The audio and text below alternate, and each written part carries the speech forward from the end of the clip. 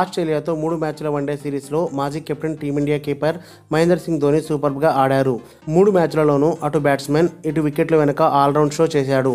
Player of the series అవార్డును అందుకున్నాడు ధోని.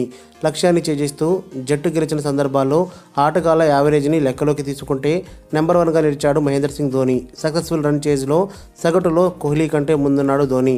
2 వరుస మ్యాచ్లలో నాటౌట్గా ఉండడంతో మహీ యావరేజ్ బాగా పెరిగింది. 103.7 పరుగుల సగటుతో చేజింగ్లో గెలిచిన మ్యాచ్లలో ధోని నెంబర్ 1 సగటును కలిగి ఉన్నాడు.